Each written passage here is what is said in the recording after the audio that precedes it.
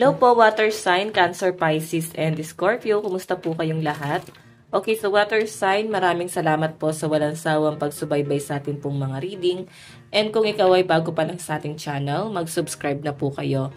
And i-click mo na rin yung ating notification bell para lagi kang updated sa ating mga bagong upload, okay? So yun, water sign, ingat po tayo, no? Lalo na at bumabagyo. Okay? Tapos dun sa mga lugar na binabaha, so siguro hanggat maaga, maging handa guys, no? Huwag tayo guys maging kampante. Okay? So water sign, tignan muna natin. Balik tayo sa reading. Gabay kapalaran mo.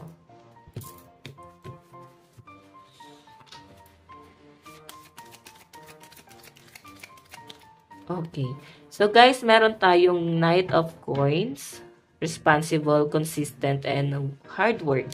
So, nakikita ko naman guys, yung iba sa inyo, nagpo-focus ka talaga sa trabaho mo at ginagawa mo yung mga bagay na nararapat at kailangan dito sa trabaho na to. So, yung iba naman dito guys, pwede ngayon makakaramdam ka talaga ng pagod, pwede parang tinatabad ka na, and yung iba sa inyo parang baka manawa, no? Kasi parang paulit-ulit yung ginagawa mo.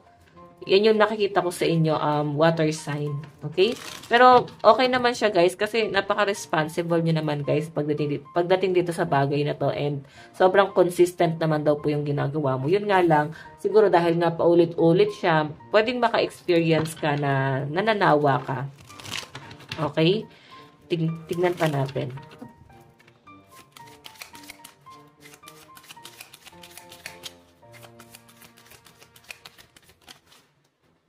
So guys, meron tayong the Chariot, control, focus, willpower. Okay, so ang sinasabi rito guys, baka yung iba sa inyo, medyo hindi mo makontrol yung sarili mo. Okay, baka ma-carried away ka. Okay, kumbaga yung iba sa inyo, nagtatrabaho kahit parang puyat, parang kahit wala masyadong tulog.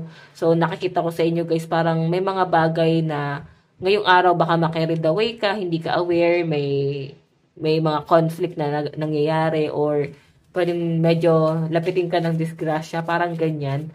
Okay? So, kaya nga sinasabi dyan guys, mag-focus ka. Parang wala kasi sa mood yung mga water sign, parang lumilipad yung isip nyo guys. Okay? Siguro, hindi mo siya forte. Okay, napilitan ka lang siguro dito sa trabaho na to kasi wala ka namang ibang option. And siguro mas naging practical ka na parang eto mas maganda yung sahod. So, parang igagrab na lang ng mga water sign.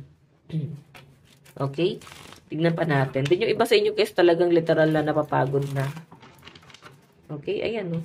Yung iba naman dito guys na nasa bahay, water sign, siguro parang kahit makukulit, no, yung mga batang inaalagaan mo, kasi naman itong binabantayan mo, nakakita ko sa inyo guys, in-enjoy mo naman at hindi ka naman gano'n nape-pressure. Okay, parang gusto mo naman din yung ginagawa mo. Okay, so tignan pa natin guys.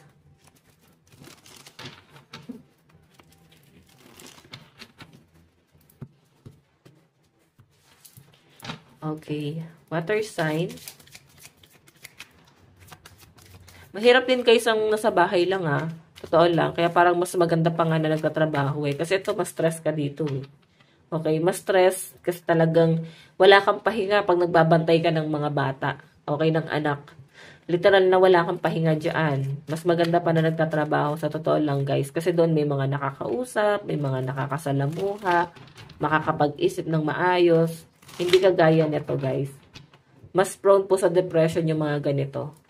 Okay? Kaya kung mapapansin nyo guys, yung mga bagong panganak or yung mga nanay na nag-aalaga ng anak, parang mas sila guys, nagkakaroon sila ng postpartum, no, sa mga bagong panganak. Mahirap kasi talaga guys, sa totoo lang. Lalo't wala namang katuwang. So, meron tayo guys, Ace of Coins. Ayan, maganda to guys, no? Yung financial opportunity, prosperity, manifesting, and money. So, I think meron pa parating na pera sa mga water sign sa nasasagap ko po dito. Okay, kung makita nyo guys, marami naman daw pong dumarating talaga na tulong, no, sa mga water sign. Pwedeng marami nagbibigay sa inyo ng advice or idea. Or pwedeng may kakayahan naman talaga yung iba sa inyo. Yung iba sa inyo guys, mas pinili nyo na lang kasi pwedeng nadadala ng takot or nahihinaan kayo sa sarili nyo. Or baka inisip siguro ng ibang water sign dito na parang, baka hanggang dito na lang ako. Parang ganon. So, masyado nyo guys dinidegrade siguro yung sarili nyo.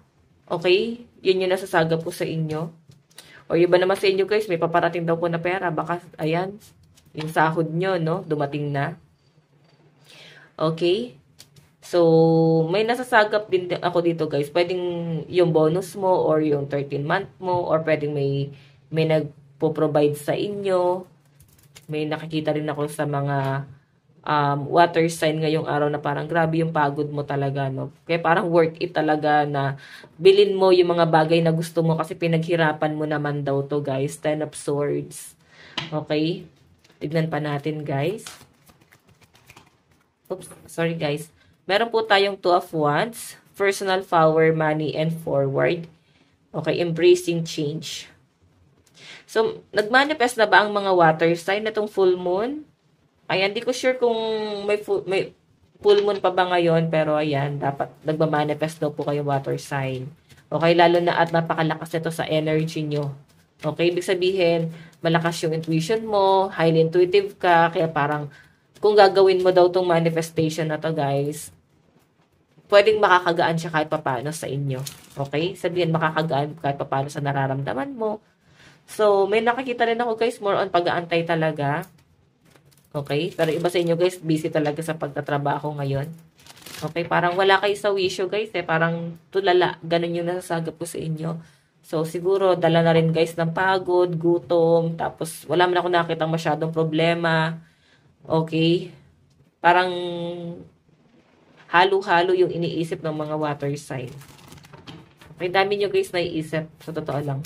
Tignan pa po natin advice. Meron tayong nothing will come of this situation. Okay? So, para sinasabi dyan guys, kung ganito nga yung sitwasyon mo na parang wala lang, nag-aantay, parang bahala na. Yung energy nyo kasi guys, parang ganun eh, parang bahala na. Ito na lang nakasanayan ko, so ito na lang ako. Hindi nyo na guys hinayaan pa na mag-expand pa kayo. Okay? Baka masyado mo nang ginard yung sarili mo na hanggang dito na lang ako. So, sinasabi dito guys, walang mangyayari dyan sa sitwasyon mo kung hanggang dyan lang. Diba? Baka kailangan mag-expand ka. Okay? So, water sign, ito lang po ang inyong reading. Bukas po, let God bless and love you all. Bye-bye.